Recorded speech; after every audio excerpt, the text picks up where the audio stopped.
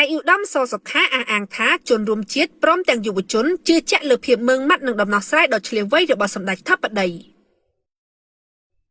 ពីវេទិកាធិបតីនៃពិធីសម្ពោធស្នាក់ការសហភាពសហព័ន្ធយុវជនកម្ពុជាស្រុកឯកភ្នំខេត្តបាត់ដំបងនារសៀលថ្ងៃទី31ខែឧសភាឆ្នាំ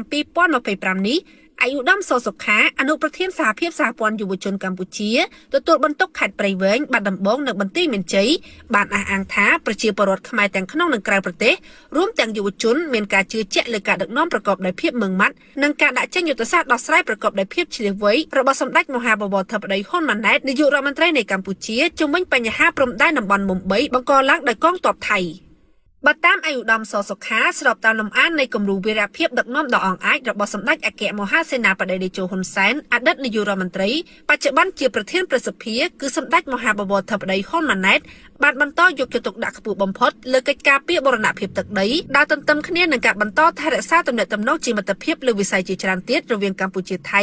ដើម្បីធានាប្រក្រតីភាពនៃឧត្តមប្រយោជន៍ប្រជាពលរដ្ឋនិងប្រទេសទាំងសងខាងពលគឺទន្ទឹមនឹងការពារទឹកដីដូនតាមិនឲ្យបាត់បង់សូម្បី1មីលីម៉ែត្រនោះគឺសម្ដេចក៏មានឆន្ទៈដោះស្រាយបញ្ហាព្រំដែនប្រកបដោយសន្តិវិធីដើម្បីធានាបានព្រំដែនមិត្តភាពសហប្រតិបត្តិការនិងអភិវឌ្ឍពីវេទិកានោះដែរអាយុដំសសុខាក្នុងនាមអនុប្រធានសសយកក្រោមការដឹកនាំរបស់អាយុដំប្រធានហ៊ុនម៉ាណីក៏បានថ្លែងជាថ្មីទៀតចូលរួមរំលែកមរណទុក្ខចំពោះការពលីរបស់កងកម្លាំងយុទ្ធពលខេមរភូមិន្ទក្នុងព្រឹត្តិការណ៍ប៉ះទង្គិចប្រដាប់អាវុធបង្កឡើងដោយកងទ័ពថៃមកលើកងទ័ពកម្ពុជានៅតំបន់មុំ3ខេត្តព្រះវិហារ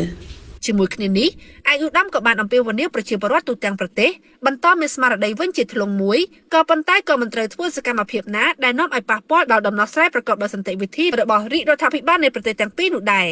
សូមបញ្ជាក់ដែរថាទីស្នាក់ការសសយកស្រុកឯកភ្នំបានចាប់ផ្ដើមសាងសង់នាថ្ងៃទី9ខែមករាឆ្នាំ